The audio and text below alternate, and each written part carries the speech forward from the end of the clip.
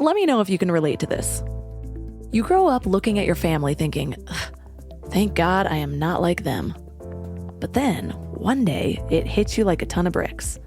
You catch yourself saying the exact same things your mom used to say, word for word. Or holding yourself like she holds herself. It's funny how much time we spend trying not to be like our parents, but somehow we end up falling into the same patterns without even realizing it. Now, it might not be a big deal when it's just a saying, or something we tell our kids, or with the way we carry ourselves. But what if it's something that really impacts our daily life? Like anxiety. It's hard enough having a front row seat to your parents' suffering, but when you start to notice those same patterns creeping into your life, it can feel like you're on a path you can't escape. I've watched my mom deal with what I'm pretty sure is OCD, and not the kind that stops her from living her life or anything, but just the kind that stops me from living mine when I'm around her. And I'm hopeful for myself on this one. I can be pretty cluttery.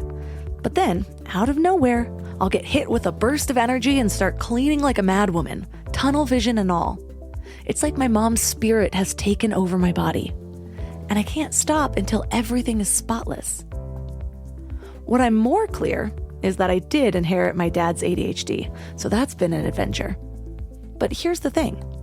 Just because something runs in your family doesn't mean you're doomed to the same fate, even if it feels like all signs are pointing in that direction right now. But the truth is, you have the power to change course by reprogramming your patterns. And here's the really cool part. When you do that, you're not just changing your own life, you're also changing the course for your entire family line.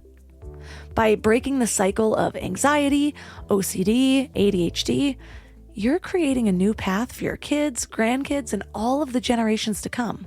Today we're talking to Laura Rhodes-Levin. She's a licensed therapist who specializes in the treatment of anxiety, depression, and trauma. She holds a master's of science in counseling, and she's known for her unique approach in the understanding of anxiety and anxiety disorders. She's also the author of The Missing Piece: Rewire Your Brain, Reduce Anxiety, and Recreate Your Life. Can we talk about back to school chaos for a second? The kids are getting back into routines, everyone's schedules are crazy, and suddenly you're supposed to have dinner on the table every night like some kind of magician. But want to know what I figured out? Shopping, planning, and cooking food really can be simple and stress-free, which is why I love Hungry Root. Hungry Root takes the stress out of mealtime by filling your cart with personalized picks and planning your week of meals, getting smarter with every order. With over 15,000 recipes to choose from each week, many ready in just 15 minutes or less, it's a huge lifesaver on those busy weeknights. I personally love their Smart Cart technology. It learns what I actually like and then recommends groceries, recipes, and supplements tailored to my tastes and needs. Plus, I love the kids' snack section where I get these really easy snacks to just keep in the car or throw in our to-go bags or lunch boxes for those of you who need them. They screen out over 200 additives, including high fructose corn syrup and artificial sweeteners. They only source high-quality meat and seafood with no hormones or antibiotics, and they carry trusted brands like Oatly and Vital Farms. The time that I have gotten back has been incredible. Take advantage of this exclusive offer. For a limited time, get 40% off your first box, plus get a free item in every box for life. Go to hungryroot.com/mindlove and use code MINDLOVE. That's hungryroot.com/mindlove, code MINDLOVE to get 40% off your first box and a free item of your choice for life. hungryroot.com/mindlove, code MINDLOVE. This episode is sponsored by BetterHelp. Let's be real about something. Workplace stress is not just part of the job anymore. 61% of people are dealing with stress levels that are way beyond normal, and it is not sustainable. I used to think that grinding through stress was some kind of badge of honor. Push harder, sleep less, ignore what your body was telling you. And it nearly broke me when I was working for startups. And look, maybe that voice in your head telling you to make a change is right. Maybe you do need to quit your job or completely flip your life. But whether you're making big moves or just trying to survive your current situation, you need tools to handle it well. And that's where therapy comes in. Modern therapy teaches you how to set boundaries without the guilt. how to trust your intuition instead of second guessing yourself constantly, how to make better decisions from a place of clarity instead of chaos. And BetterHelp is the world's largest online therapy platform with over 30,000 therapists. They've got a 4.9 rating from 1.7 million reviews because it actually works. You can talk to someone from anywhere, and you can switch therapists anytime if it's not the right fit. A vacation won't fix chronic stress, but the right support can help you navigate whatever comes next. As the largest online therapy provider in the world, BetterHelp can provide access to mental health professionals with a diverse variety of expertise. Unwind from work with BetterHelp. My listeners get 10% off their first month at betterhelp.com/mindlove. That's BetterHelp, HELP.com/mindlove. I've hired a lot of people over the years, and I can tell you the biggest mistake that most business owners make. They think posting a job and waiting is a strategy, but it is not. Stop struggling to get your job post seen on other job sites. Indeed sponsored jobs helps you stand out and hire fast. With sponsored jobs, your post jumps to the top of the page for your relevant candidates so that you can reach the people you want faster, and it makes a huge difference. According to Indeed data, sponsored jobs posted directly on Indeed have 45% more applications than non-sponsored jobs. One of the things that I love about Indeed is that it makes hiring so fast because the best candidates are already there, actively looking. Plus, with Indeed sponsored jobs, there's no monthly subscriptions, no long-term contracts, and you only pay for results. How fast is Indeed? Well, in the minute I've been talking to you, 23 hires were made on Indeed, according to Indeed data worldwide. There's no need to wait any longer. Speed up your hiring right now with Indeed. And listeners of this show will get a $75 sponsored job credit to get your jobs more visibility at Indeed.com/mindlove. Just go to Indeed.com/mindlove right now and support the show by saying you heard about Indeed on this podcast. Indeed.com/mindlove. Terms and conditions apply. Hiring? Indeed is all you need. In the time it takes you to actually board a flight from Group 8, Now boarding Premier Altitude Elite Club members. you could have bought a Hyundai on Amazon. Visit HyundaiUSA.com or call 562-314-4603 for more details. Limited availability, pickup through participating Hyundai dealer in select markets. 3 key things we will learn today are the hidden impact of historical trauma and how it's shaping your current behaviors and anxieties, how the scars of our past can be converted into unique gifts and strengths, and how love as an active process can change your mental health. They go to the same store, they go to the same markets, they see the same movies, but each and every one of you is living in a different world. This world is all happening on this planet, but there are many different dimensions that we can exist on in this planet, many different frequencies, so that it's very difficult to realize and understand. And I don't know that I've explained this the way I want to, but we're all living on the same planet, but we're living in completely different worlds. Our experience of the world around us is unique to us. And you are ultimately the creator of that experience. Turn up your frequency with Mind Love. Bite-sized brain hacks for seekers, dreamers, and doers. It's time to give your mind a little love with your host, Melissa Monti.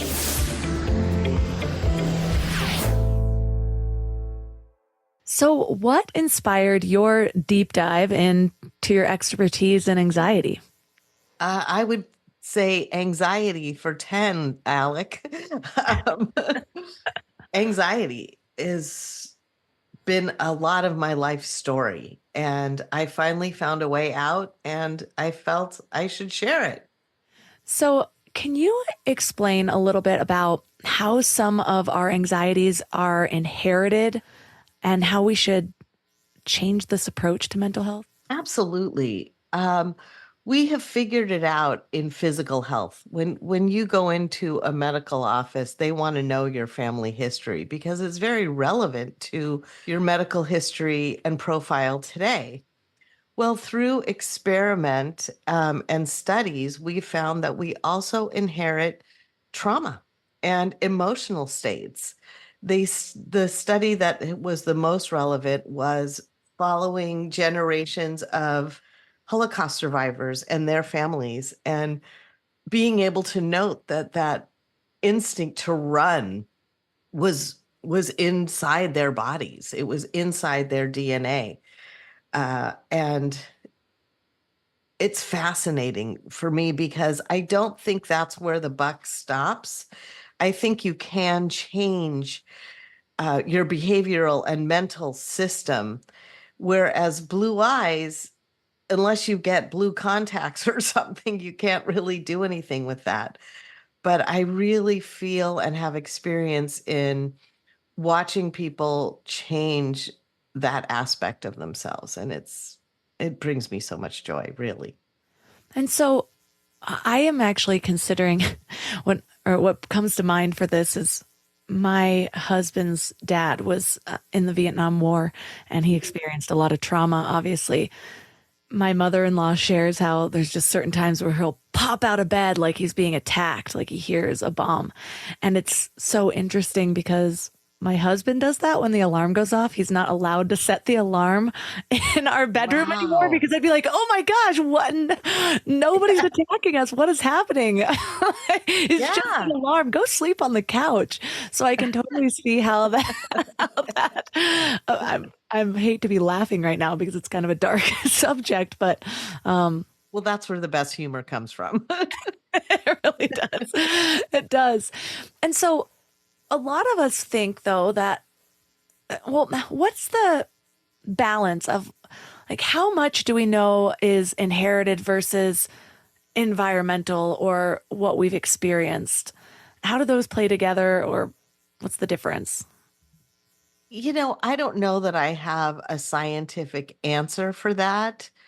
I just know that the knowledge is helpful. For instance, this example that you give with your husband is so perfect. The Vietnam War, they called it shell shocked. I have no idea what that was. Did you hear that too? Okay. Well, um, they call it shell shocked, and that's been re-termed PTSD. So that is the trauma I'm talking about. And so your husband could spend years in therapy going, I don't know why. Every time the alarm goes off, I just freak out. Well, when we know that, you don't have to spend years in therapy trying to figure out what's wrong with you. You are able to label it, figure it out, and then work on systems and processes to help you alter the behavior. What would be a good first step in figuring out which of these behaviors or our tendencies are inherited or I feel like it's difficult for some people. And the reason I'm asking this question is a lot of us get stuck in this idea of like constant digging, trying to figure out where everything came from. I have certain behaviors where I just thought something happened to me as a child, and I spent a lot of time just like trying to figure it out, trying to find some repressed memory. And then I realized I don't know if I'm doing myself a service. I don't know if I did uncover the thing, a thing in general. Is this actually going to help me, or should I focus more so on that rewiring? Like, do we need to know where it came from to begin to fix the problem, I guess, is the question I'm getting at. So there's actually two parts to the question. And the first question you ask is actually how my book opens. So in my book, I give a personal story and then a tool to reframe that story with, and then actual exercises that the reader can use. And my first chapter is about genetic trauma. And so, what I have people do in those exercises is to sit down and think about your parents and grandparents and what kind of trauma they had and where it might show up in you so that you can start to separate out your own fears, because they do morph. So my grandmother ran from Cossacks, and her mother was shot and her brother was killed, and then she was very overprotective over my mother. So my mother somehow morphed that into kidnapping. And she wouldn't let us open a window in our house. And I was so terrified of having someone break into my house from a very young age. And at 24, I went, you know, that's not my stuff. This is not a fear that I need to embody on a day-to-day basis. So the part about understanding it, and I hope this analogy isn't too graphic, but if you didn't know what your menstrual cycle was and you just bled profusely every month and wanted to cry and everything seemed wrong, you would think you were dying. Every single month, you would think, oh my God, I'm dying.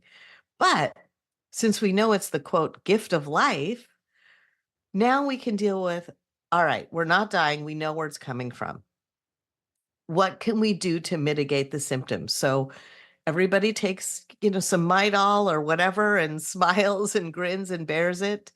That's even grown. PMS was not something that was acknowledged for a long time. And men were like, you really do change. And women found that to be offensive and hurtful. And now that we can say, yeah, those hormones have a strong impact on us. So we start to work tools around how we deal with that physically, mentally. And so the knowledge of where it comes from is very relevant, but it's not the be all end all.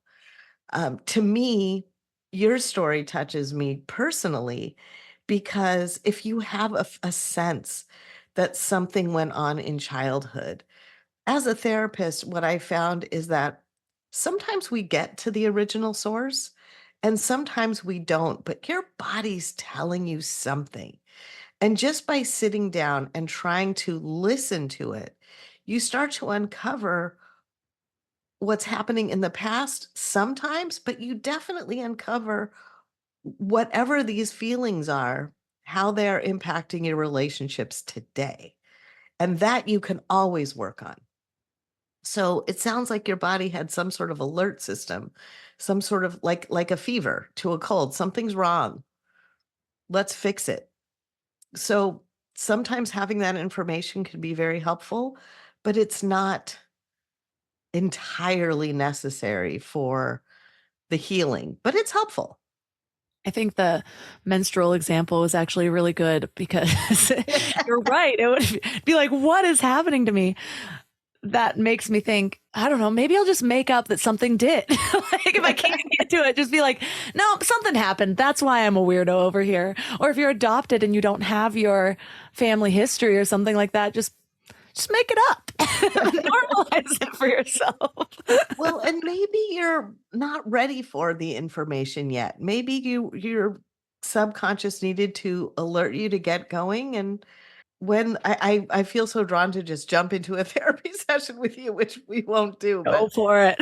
um, when the time is right, if you're supposed to have that information, it absolutely will come. And I'm going to, assuming you have a good therapist, you've discovered some things just trying to uncover, like an archaeological dig. Maybe you don't find the mastodon, but you find a Mesozoic society that you didn't know existed. And then there's two parts to the family history in the idea that these things are actually passed through our bodies, like the response with my husband, but then also based on what my mom experienced in childhood, that's going to affect how she raises me, the things that she's afraid of, those fears that I witnessed. So then it kind of brings in the inherited, but also the environmental. Yeah, trauma morphs. Trauma definitely morphs. It finds its life in a different form. What are some of the ways that you've found that traumatic experiences of parents shape the way that they raise their children? Oh my God, like almost every way. Um, you have someone who was, say, completely abandoned as a child, and I've seen this many times. And then they have children, and they're practically, strapping harnesses above the crib, watching their every movement. And um, that child, rather than feeling abandoned, is feeling so smothered and has zero stress tolerance. And the parent doesn't get it. They're like, you don't understand. I didn't have love like this. You're so lucky to have me as a parent, as someone who cares and who is just interested in your every move. Well, that kid has no abandonment issues. I mean, if we harp on the genetic, okay, but in the present life experience that they're having, they're just like, "Oh my God, can you please leave me alone?" And it can also create, it's a very interesting thing. A lot of kids who experience a trauma at a young age, yeah, even overly, they adapt some amazing skills because they have to take care of themselves in as children. They learn very young. I got to look out for me. And then they're so dedicated to taking care of their child that that child has very little stress tolerance. There's not a lot they haven't been sheltered from. And so now you have, I've got a clinic full of teens that, are suicidal over a test because they just don't, and parents are going to call the school and they're going to fix it and they're going to get special education plans. And I'm not talking about someone with special needs. I'm talking about, just freaking out over the smallest thing. So that's what I mean by the morph. It can turn into something else. When does the pendulum stop in the middle? And that's where I hope therapy comes in, because um, I love seeing families. You can watch the generational trauma and then fix the system, and then try and do your best to balance it with the younger generation of the family.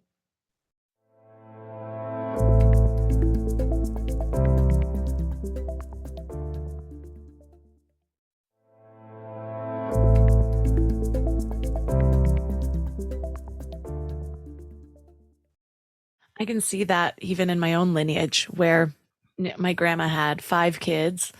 On my dad's side was a whole other traumatic experience, but those kids weren't given the love that I was. So my mom did it differently. But then now I'm looking at all these things. I knew what problems I had as a 20-year-old. The whole reason that started this growth process that led to what I do now. And so then I'm like, well, I got to do a bunch of stuff differently so that my kid doesn't end up like me. So I'm swinging it the other way, really trying to find that sweet spot balance. But sometimes I do have to step back and I'm like, okay, my body is reacting as though the choice of peanut butter that my child is going to get when he stays with his grandmother is going to kill him. Dial it back. It's okay. It's not organic. Right. Well, and you said something so profound, which is what I think the bigger purpose, if you look at it from a meta soul projection, is that we learn how to take these traumas, whatever darkness you've had, and it seasons you as a soul. And it ultimately creates your beautiful flavor that you were meant to be. I mean, here you are reaching out to people with mind and love and just healing. And would you even have done that if you hadn't been through what you've been through? So it's taking these traumas and turning them into gifts. That's the goal for me as a therapist and as a human. Another topic that you mention in your book is around how a child's feeling of being invisible affects their adult relationships. And we live in this time where it's such a beautiful thing how we're bringing more language to emotional states, to feelings, gentle parenting, things like that. And at the same time, we're all very aware of this, while a huge population has a phone addiction. And there's sometimes where all of a sudden I'll realize, like, oh my God, how often, because I also am running my business while watching kids, how often are they seeing me just in my phone? And as much as I try to be mindful, then I end up making an excuse because I'm like, well, I'm also breastfeeding. And then my toddler comes up, and there was a period of time where he would go, wake up, mama, whenever I was on my phone. And I was like, oh, that was like a knife to the heart. Like, I'm asleep. I'm sleepwalking through life in this very moment. And so I'm curious about how those feelings of being invisible affects their adult relationships and their self-esteem, because I think we need to understand the consequences fully to really show us how critical it is to change that type of behavior. And I think that's one of the things that's going to lead to it is all of our phone addictions. Well, I can so hear the knife in the heart of wake up, mama. And there's so much to unpack in that just little story you told. But what I want to do is, first of all, give you some grace in the life you're creating. And we are multitasking. You are trying to raise two children and work and do all these things. So cut yourself some slack. And it goes to what I was speaking to earlier. Kids are so used to, in this day and age, having their parents' constant attention. And I don't think that's good for them. They need to learn how to self soothe, they need to learn how to entertain themselves. So the fact that you're not completely doting on him 100% of the time is healthy.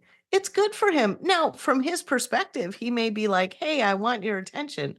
But I promise you, his future wife or partner or whatever it is will thank you for not doting on his every eyebrow lift, because it can go the other way. I mean, here you are, you're feeding one child, you're trying to work, and you've got another one running around. I'm thinking of your inner child, your little girl inside who had all of her stuff as a kid. And what you're telling her is, you're not good enough. You're not a good mommy. You're bad. You're going to ruin your child. And it's very different to have. I don't think there's any failures. I mean, we have blueprints from life. We learn from what we do, but give yourself a break here and have some heart and soul for your personal inner self who's trying so hard to manage everything. And we're all going to make mistakes, but that's what's going to season their lives. It doesn't sound like you're a neglectful mother. Honestly, that was some grace I needed to hear, Laura. There is a shadow side to self-awareness. Sometimes I'm too aware, and I need to, like I said, dial it back, really put into perspective what I am doing and what I'm not. But I think that's so common for mothers nowadays. And it's because we're getting a lot of information online, and we are scrolling through things, and we are seeing people's highlight reels. And it is so impossible not to compare ourselves, even when we know comparison is a trap and that it's not healthy to do. It's like it seeps into our subconscious, and all we can see are our flaws. And that's been happening since the beginning of time, but it's happening on such a deeper level because you're not just comparing yourself to Sally next door. You're comparing yourself to the literal billionaire that's making her bread from scratch in her kitchen, acting like she has no help. And some of you know who I'm talking about out there. And some of those people do time. You just never know what's going on.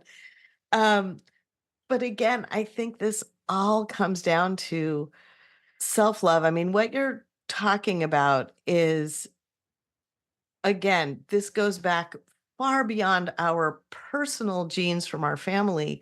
If you think about the word, and this is another chapter in my book, but if you think about the word outcast and you look at what that meant literally, when we were in caves, when we were in clans, if we were cast out, that meant death.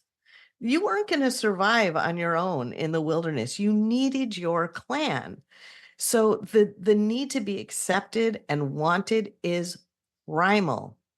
At the same time, if everyone in the clan hunted mammoth, they'd have nothing to sleep on. If everyone in the clan wove mattresses, they'd have nothing to eat.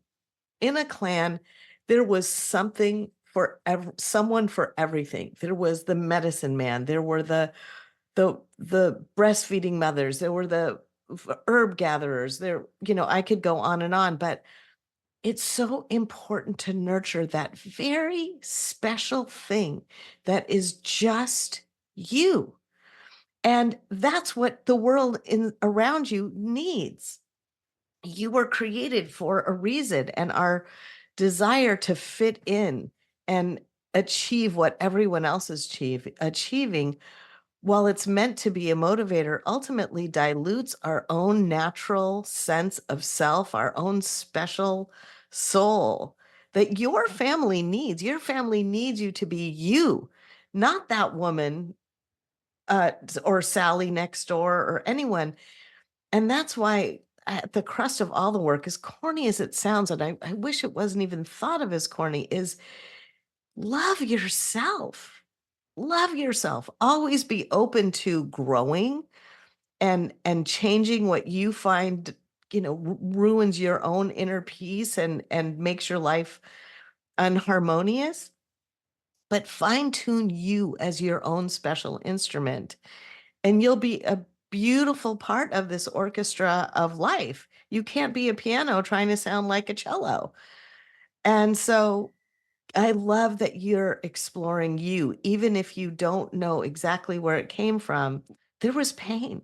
And so loving yourself through that pain, that little wounded child inside of you, just holding her and taking care of her and encouraging her and helping her grow, then makes you the person who does this podcast that, guess what? No one else is doing. And there could be a billion podcasts, but none of them are like your podcast. You are Melissa. You bring something very special that no one else can bring. And so it's so important to remember that, I think.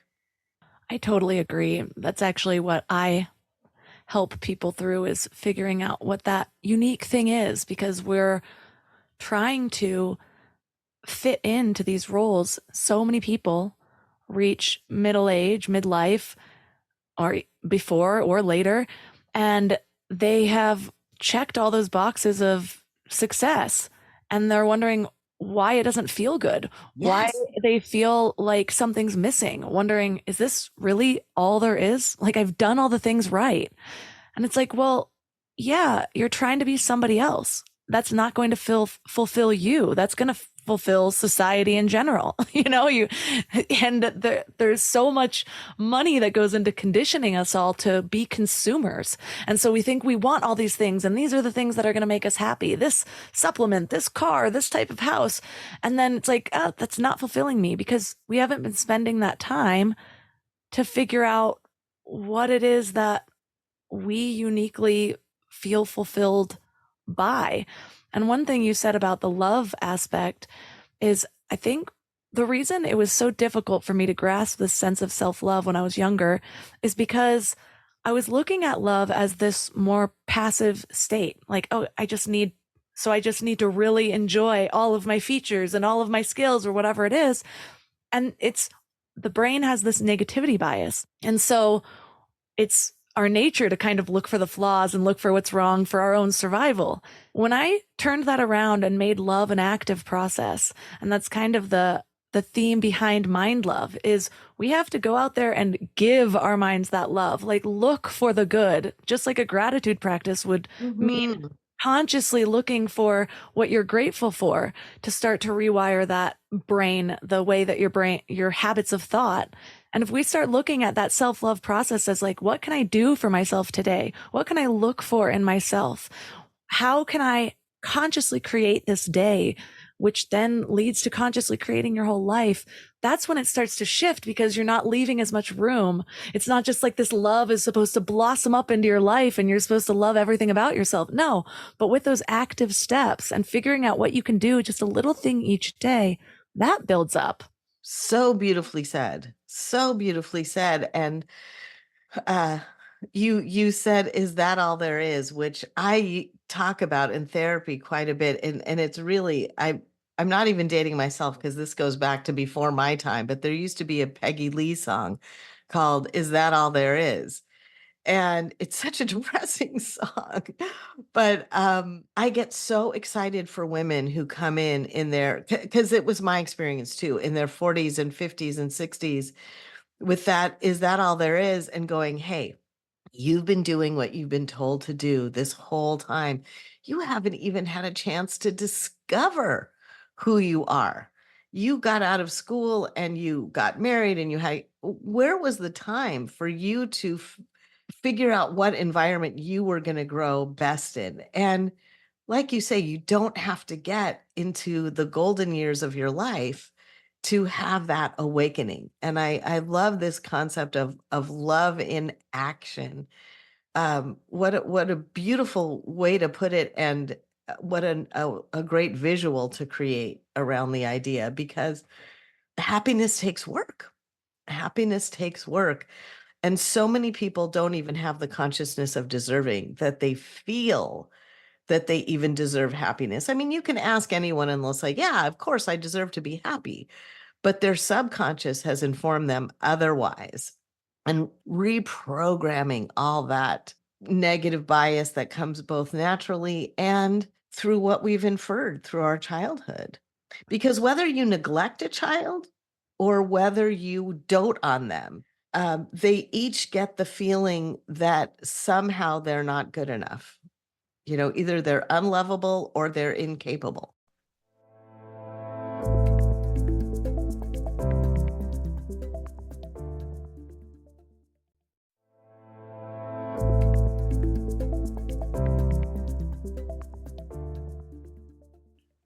That brings up a fear for some people, I would assume, though, because it's like, okay, my natural wiring is telling me to fit in and to do all these things to belong.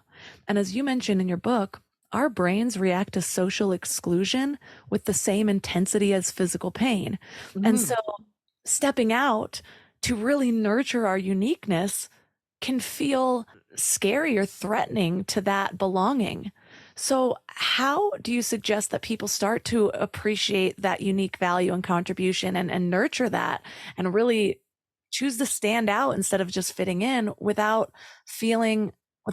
succumbing to those feelings of being an outcast?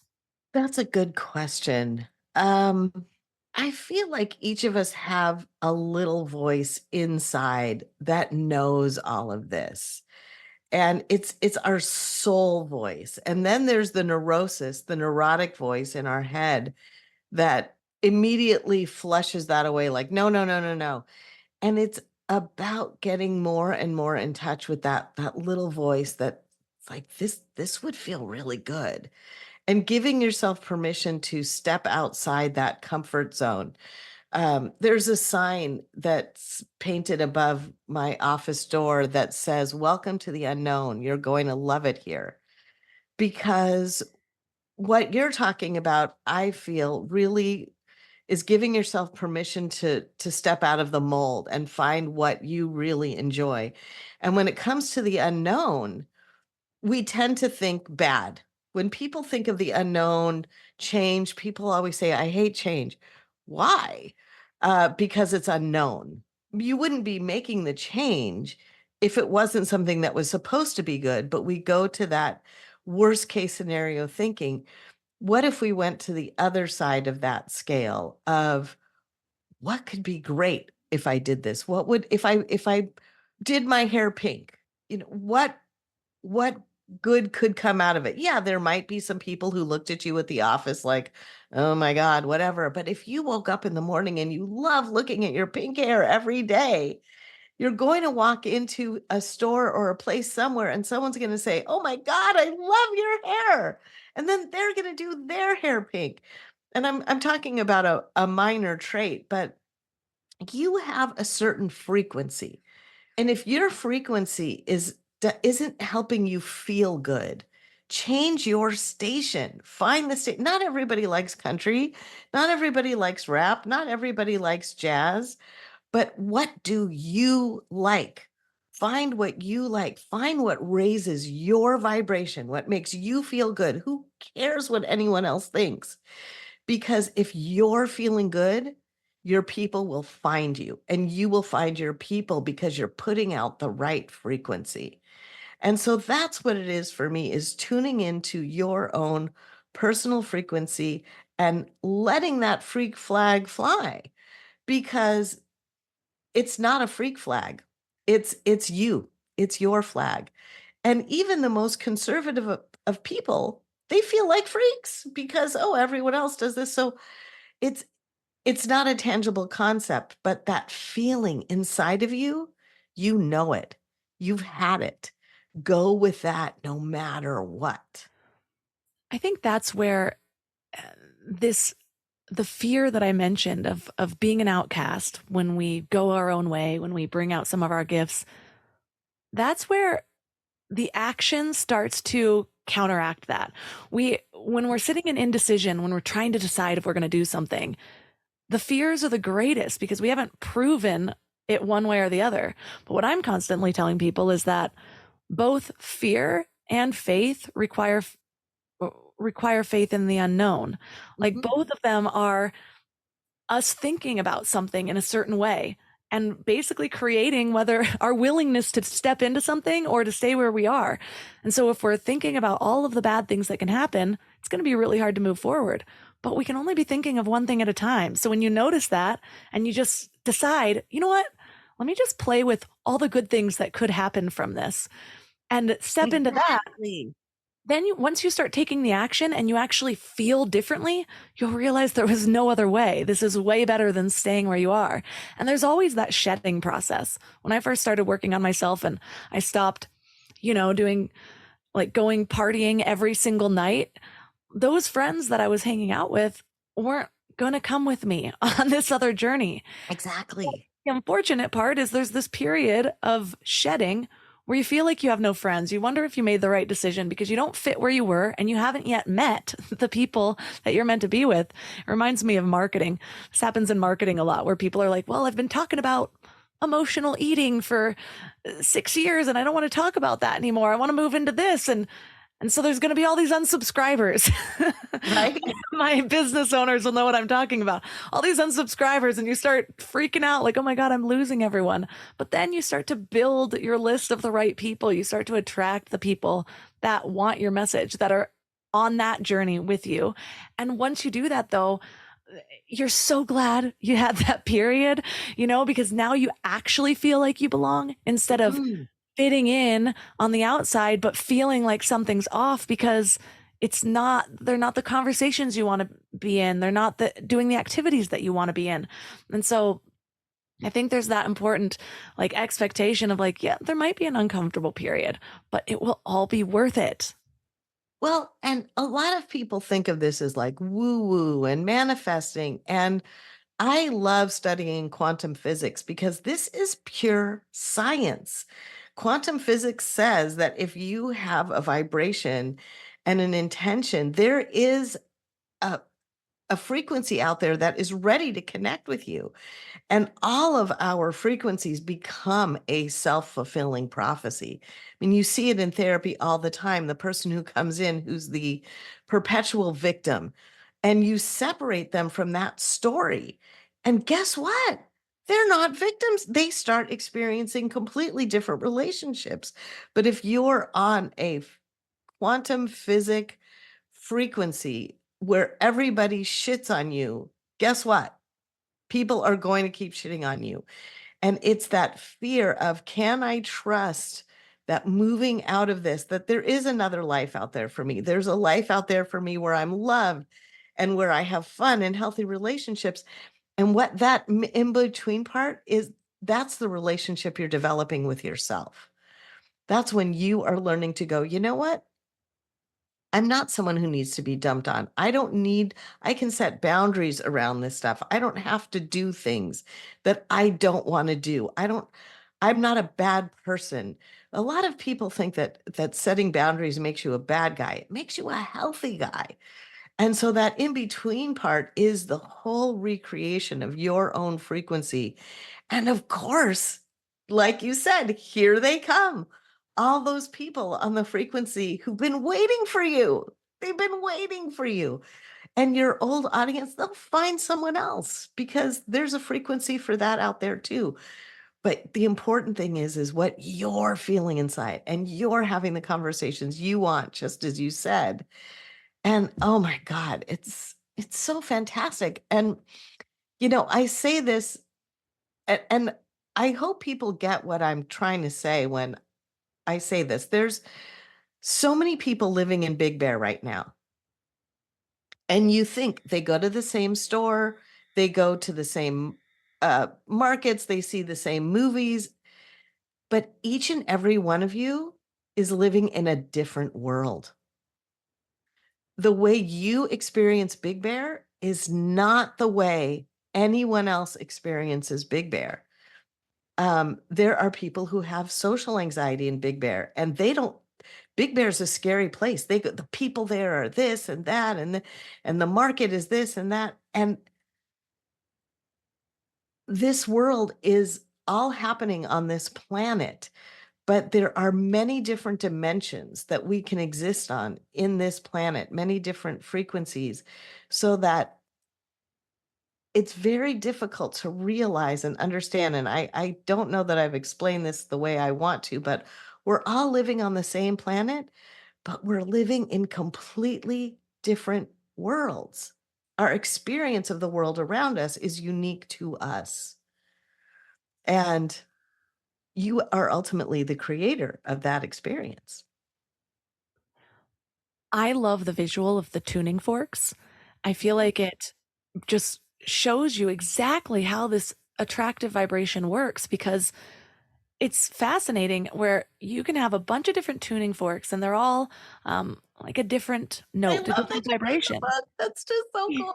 And then when you ring one of them, all the other ones will be silent if they don't match that vibration. But if it does match the vibration, it'll just start vibrating and making its own sound. And it's the same way where it's like we activate the potential in other people based on the frequency that we're carrying. And so I've experienced, even through my own life, my own lens of being in a place where I'm so lost, just wishing I could change everything and maybe even working towards something. And all I can think of is how far I have to go or how much work until I get there, if I'm ever going to get there. And then something shifted me. A lot of times it was like working with somebody, whether it's a therapist or a coach or a conversation with a friend or a book that I read. And then it just reminded me of my power. And I'm like, okay, well, what happens if I consciously give this love, and instead of allowing my mind, being lenient with my thoughts, allowing it to go down all of this I wish, and start looking at what I already have, or start changing my perspective about something, and then nothing changes but the way I'm looking at my life, and I experience it in a completely different way. And we all have that power, but the hard part for so many people is that some of our nervous systems are so deeply wired towards this anxiety, the social anxiety, that we're like, okay, well, I'm trying to look at it differently, but it all feels fake because my body's reacting in a specific way towards this social environment, or going to meet new people, or whatever it is, our current relationships that we're in. How do you recommend that people begin to shift some of those things so that their nervous systems and their automatic responses aren't overpowering the work that they're trying to do? Well, that's again a good question. There's a couple of visuals that come to mind. If I go back to the radio station idea, if you don't like the station you're on and you want to go to another station, you're gonna hear that noise. I mean, I don't know if people have radios anymore that they understand what I'm talking Look it up about, on but YouTube. See what we right. dealt with back in the day. But even if we take today's modern technology, you may have to keep going through stations until you find the one you really like. But you don't just give up and go back to the station you hate. The other thing is, so many people, when they come to therapy, they want to be better. Like, how long is this going to take? I want it to happen now. And they're depriving themselves of, first of all, reality, but second of all, an amazing journey. So what I tell my clients is, let's say you're in California and your goal is to get to New York. What we tend to do, as you said earlier, is I'm still not in New York. I'm still not in New York. I'm still not in New York. I'm not in New York yet. I've been doing all this work. Okay, stop. Look back. You're not in California anymore. You're somewhere in the middle there. And you have had so many neat encounters. Like, I love it when a client comes in and says, I slept through the night. I set a boundary with my mom. Whatever it is, it's such a fabulous feeling that I wouldn't deprive anyone of, because it's all those little pieces of the journey that create the whole. And then guess what? You may end up in Iceland and go, the part of me that was in California that wanted to be in New York has grown so much in this journey that I don't even have an interest in being in New York anymore. I'm in Iceland and the Aurora Borealis is amazing. So it's important to have a place, an idea of where you want to go, but then just go and endure that unknown, the uncomfortable. But there is an intuition somehow that you're on the right path, and just keep following that. And it just blossoms. Everything just seems to get a little bit easier, a little bit easier, a little bit easier. And then, wow, you're a new alive person with new friends and a new environment. And like you said, you may not even have left the house you were in to begin with, or you may actually make a physical move. It's that internal process of just trusting it. And also surround yourself with people who believe in you and who trust your instinct. Stay away from the dream crushers and the naysayers. Look at their lives. Whose advice are you taking? Are you taking someone's advice that you like, yeah, I would totally live their life? Or are you just used to living your life through their lenses that you wouldn't want their life anyway? I used to get offended when people wouldn't believe in my dreams. And then I realized that commentary is just an insight into the walls within the cage that they've formed around themselves, the limiting beliefs that they have. It's not personal to me. I've spent a lot of time learning to expand my mind and expand my lens of possibility. Why am I expecting this person over here who has not taken any sort of leap to understand that dream? And it's not that they're trying to knock me down. They're trying to keep me safe, because that's how they think that they're keeping themselves safe. And that has helped me to drop expectations of reactions of other people, and also to just have more compassion for it. Instead of getting upset, getting triggered, getting angry, it's just like, I'm sorry, I remember what it was like to live there. Well, I love that you say protected, because we have a lot of, it's not as rare to come out anymore, but you see with clients who are trying to come out and their parents are wanting so badly to protect them because they're fearing for them that they'll get, beat up or they'll get judged. And any one of us could get beat up or judged. I mean, we're constantly experiencing judgment, no matter what we do, whether you're an actor or whether there's judgment. That's life going out there. And the need to protect this child is so important to them. And yet what the child hears is, I don't love you for who you are. I don't want you to be who you are. And yet the joy that they have in becoming who they are, that's their right. That they can go and they can experience that, and they should. But understanding that their parents don't mean them harm is so important. It's just fearful love. And you still got to follow that feeling, that bliss. You mentioned that intuitive wisdom that you're on the right track. And I was just having a conversation with a friend the other day, because I post a lot of spiritual things online, and she responded back like, I tried religion, it didn't work for me. I tried this, and I was telling her why a broader spirituality, why it resonated more with me. And was talking about that constant guidance. And she's like, I've just never felt that guidance. And I was like, I bet you have. You're just Yes. expecting something different, and your expectations are getting in the way, because I spent a lot of time in that place too, where I'm expecting this booming voice of God to where Right. it like ends up in my living room. He takes my hand, you know. There's a burning bush. Yeah, and the other day I ended up texting her a screenshot and I was like, this is what guidance looks like to me. And when you open yourself up to it and acknowledge it, you start receiving it over and over again.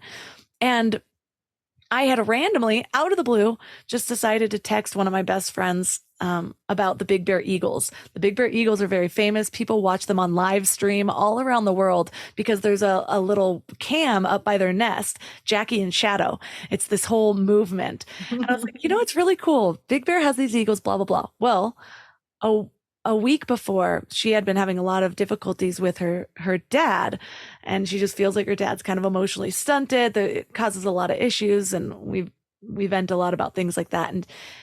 And she was all frustrated with him, and then went online and happened to see this video that she showed me about how the eagle is not affected by the crow. The crow apparently is the only bird that will attack the eagle. It'll be nipping at him, and the eagle will just keep flying higher and higher and higher. Instead of attacking the crow back, just keeps flying higher, because at a certain elevation, the crow can't handle it anymore and will naturally fall off. And so it's just this symbolic story to stop worrying about the people that are getting down on you, that are trying to knock you down. Just keep going higher, and eventually they'll fall off. And she's like, it's so weird. That was the thing that snapped me out of that moment. And I was just having another moment about how to respond to him, and you out of the blue messaged me about eagles.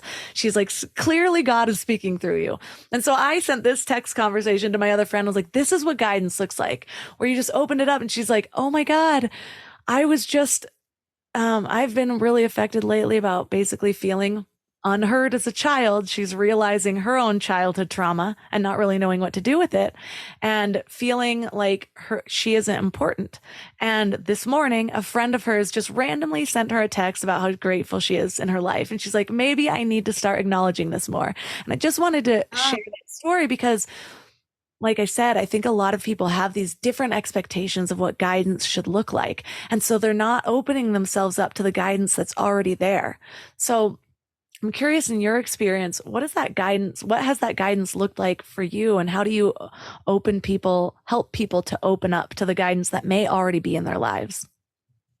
Well, two things come into my mind when you say that. First of all, I love those stories, and I think those are always great signposts that you are on the right track when you're going, oh my God, I can't believe this happened. And I feel like spirituality, you said to that person, I bet you have experienced it.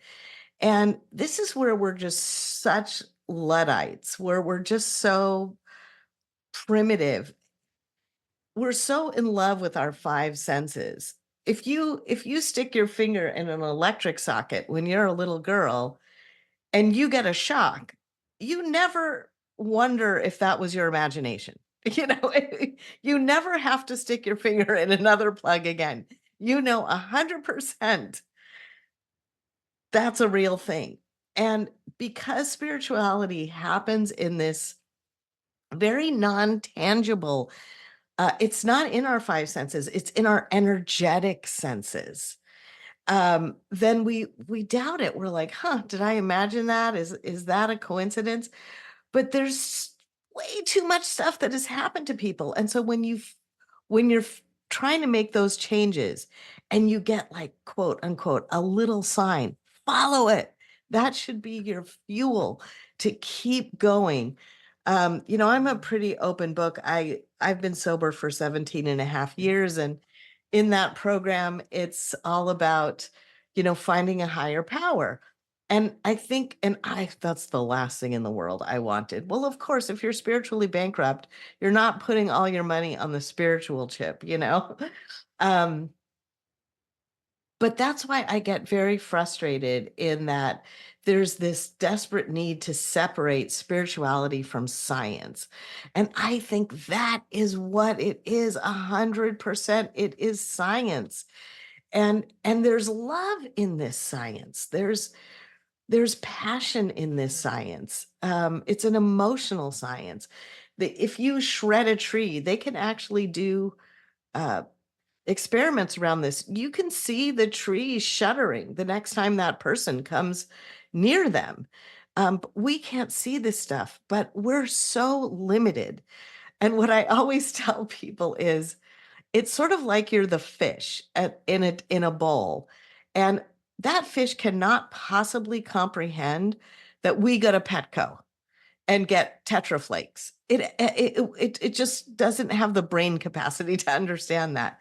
And so it's down there starving, like, I don't know. I don't know if I believe in this manna from heaven. And it's like, you know what? Just eat the flakes, look at the castle, keep swimming, eat the flakes, look at the castle, and live a full life. I do believe that the entire universe is a living being, and all living beings are trying to grow in a healthy way. And the things that fester and that are bad, they die and they break off, right? Because that's nature. And so this universe wants us to be happy. It wants us to thrive. It does connect and provide little tiny, it's like a crack in the sidewalk that a plant grows through. Maybe you happen to land in an open field and you were free to bloom. But so often that slab of cement gets put across us. We've got to seek that crack, and nature provides that crack somewhere. And that to me is spirituality. It's following your own desire to grow and be happy and feel sunlight of the spirit or the moonlight, whatever it is, because it's there for you. And it is science. It is science. We are entitled to change our frequencies. Every plant, if you face a plant away from the sunlight, guess what it does? It grows toward the sunlight so that it gets more. And we're told, oh, don't grow toward the sunlight. We grow up in the dark. No, grow to the light, whatever your light is. And to me, that's spirituality. And that is science. And so if you had to put spirituality down to one word, I'd have to make it a slash. I think it's hope/faith. So it's hope that no matter what, you can be happy, and faith that you will, no matter what. And science is there to support you in doing that. I love leaving listeners with one action item or thing to think about because we covered a lot of bases, and I love to simplify it and just help them feel the effects of this conversation immediately. If you're going to give them one piece of growth work for this week, what would it be? Tune into the different components of your life and start looking at the ones that grow you toward the light and the ones that cause you to wither, and start putting your energy into the light-filled ones and turn your back on the wither. Well, thank you so much for all of the wisdom that you've brought to your book, to this conversation, to the world. For listeners that are interested in connecting with you, learning more about you, where's the best place for them to find you and your book? I wish I had made this name simpler, but my facility is called The Missing Piece, PEACE, the Missing Piece Center for Anxiety. And you can find links to my book there as well. Unfortunately, right now, when you put The Missing Piece into Amazon, it always changes it to PIECE. So if you want to buy the book, put in Laura Rhodes-Levin, The Missing Piece. And if you want to go to my website, it's Missing Piece, PEACE, the number 4, so 4, the digit, anxiety.com. So that's Missing Piece 4, anxiety.com. And thank you so much for everything you do, for following your frequency, and to all the listeners who are working on their frequencies. We'll see you all up with the Eagles.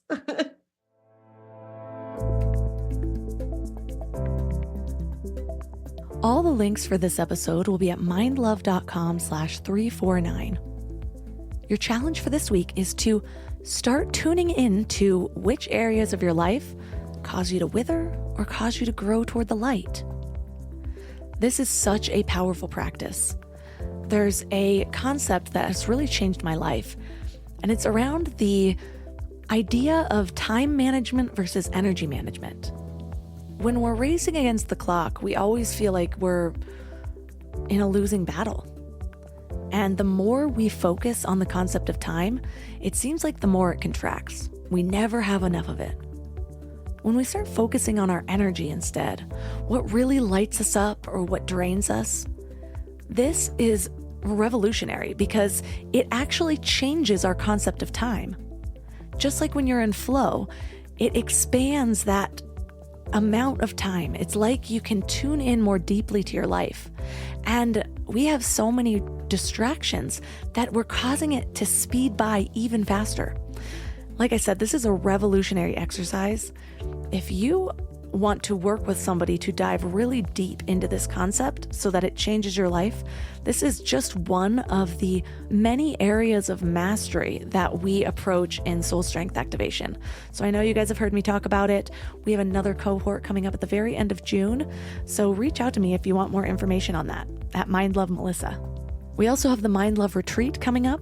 If you want more information about that, we're going to be really rewiring our life so that we're not swimming upstream and we learn to go with the flow and to find our unique place in the divine design of it all so that we feel like the universe is conspiring for our highest good. It's going to be so powerful and not to mention absolutely luxurious. I've been focusing all of my efforts to make sure that this is the best week of your entire life. So if you want to find out about either of those, hit me up on Instagram at mindlovemelissa. You can also find all of my sponsors at mindlove.com/sponsors. And that's all for today. So thanks for giving your mind a little love today, and I'll see you next week. Thanks for tuning into Your Higher Frequency with Mind Love. Head to mindlove.com for a free gift to keep your vibes up until next week.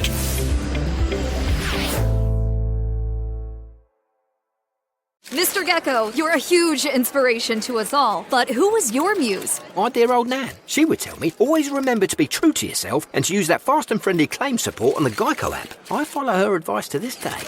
Get more than just savings. Get more with Geico.